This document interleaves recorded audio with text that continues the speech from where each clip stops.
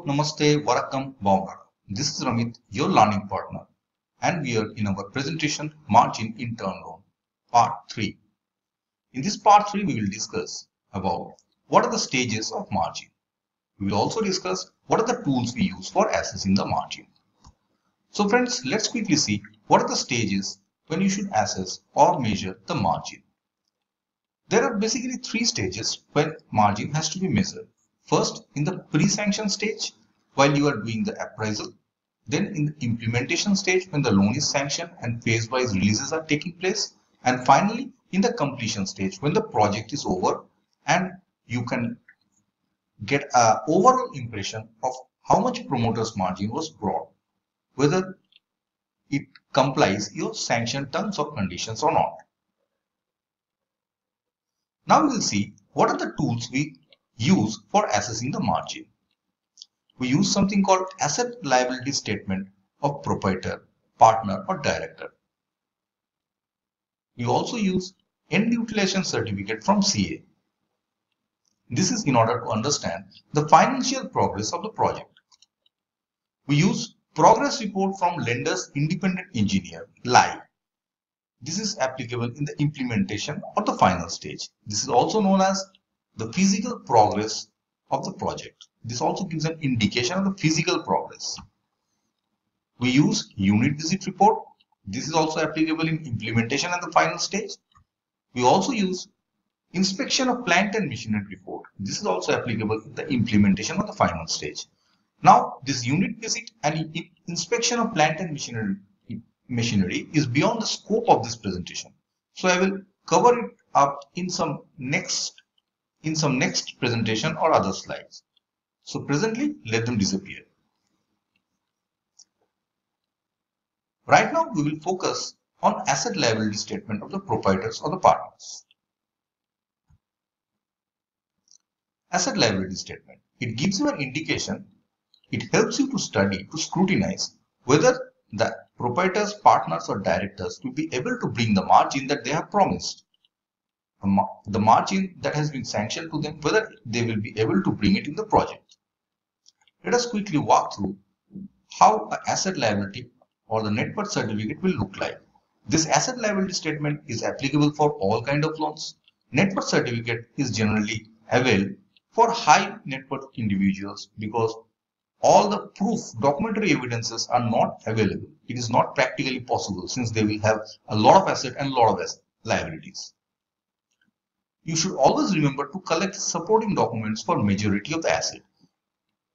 The bank guidelines will always say that you have to collect the supporting documents for all the assets, but practically sometimes it is very difficult. They will have probably 20-30 number of LICs, 10-20 assets, fixed assets, lands. So it is very difficult and cumbersome to keep a track to get all the asset details. But the majority of the assets which are declared in the asset liability statement or the net worth certificate certified by the CA, you should invariably try to collect the supporting documents for the same. Now always remember that the promoters will try to show their assets more. They want to show more. Assets will be shown more. And liabilities, they will always try to show less. In turn, they will actually try to show their net worth as more or inflate their net worth. Now let us quickly walk through how an asset liability statement might look like. This is how it looks like in my bank. It gives you initial prima facie information of the promoters or the directors. Then it starts with the capital employed in any business, immovable property details, charged, uncharged. You see, if you can educate the customer to fill it up, it will give you a hell lot of information. And you must know also where this information can be used. We are not taking all the properties or all the assets as collateral in the facility proposed. However, in case something goes bad, you have to file a money suit. Then all these details will come handy because after 3 years or 4 years, nobody is going to tell you which other assets this person is having. you will have no clue. That is why while filing a money suit, your advocate will invariably try to extract the information from this asset liability statement. That is why it is very, very important to record all the minute details about the assets he is having, and of course the liabilities as well. Now this asset liability statement, the nomenclature, this is nothing but a balance sheet of an individual. If you obtain it from a CA, it will look little professional and it will look something like this. In the top, it is having a list of the asset. They have classified it under immovable and movable, and finally the total asset. Then comes the liability. Finally, he gives a net worth. The same thing you have to calculate. The branch has to calculate based on the above information. The net worth, the branch has to calculate at the bottom of this stereotype asset liability statement, which is provided by the bank. Don't forget to take the signature of the applicant or partner and director, and invariably nobody should affix the seal over here. He is submitting it on his individual capacity. Do not tell them to affix the company seal here. Okay.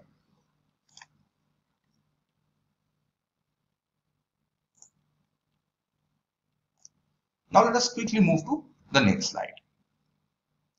How to cross-check the liabilities. I told you, liability they will always try to show less.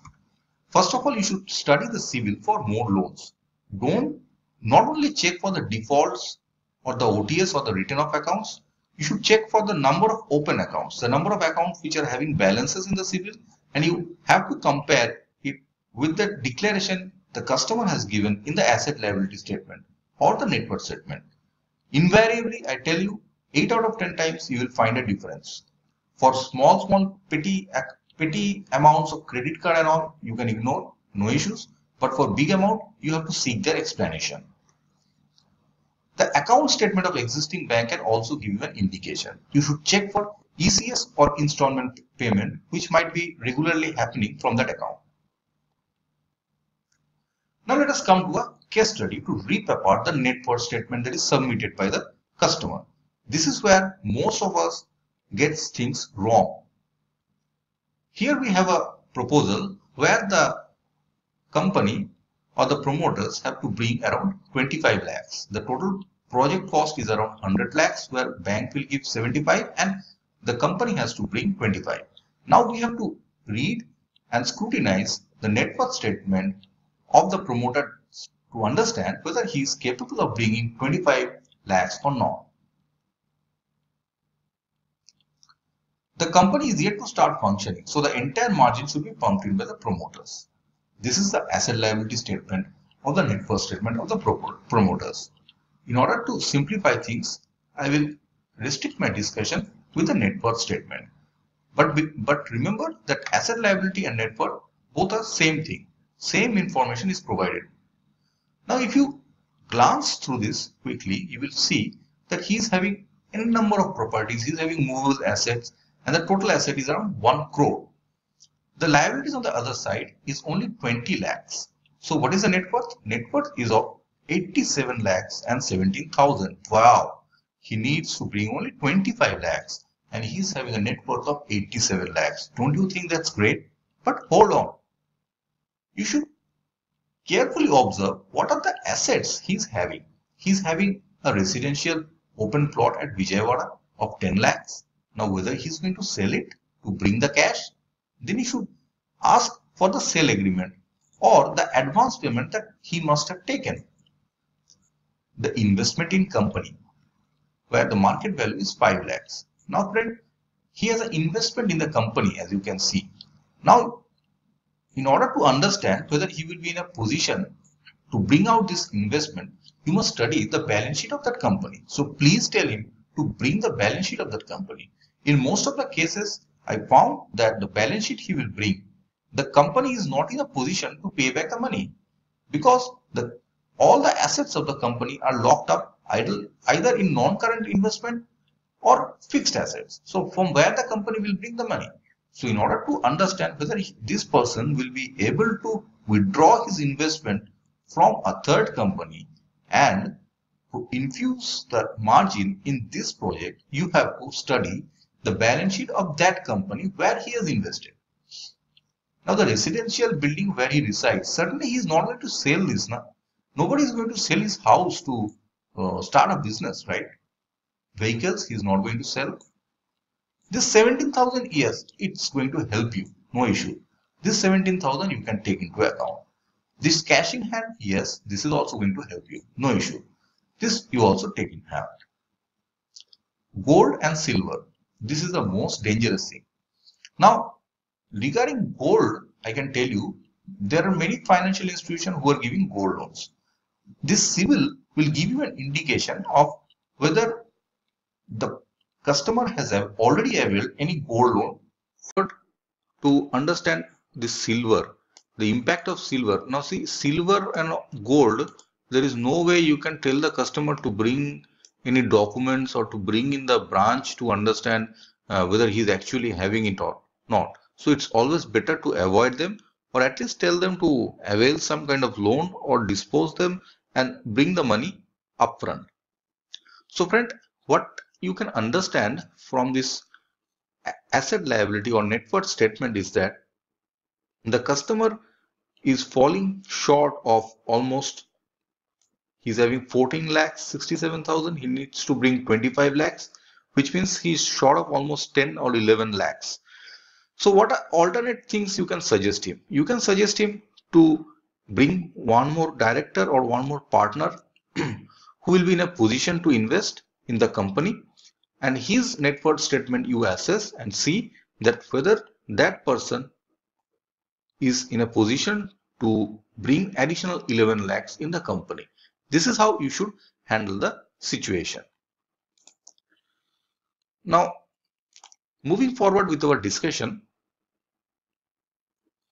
this is done.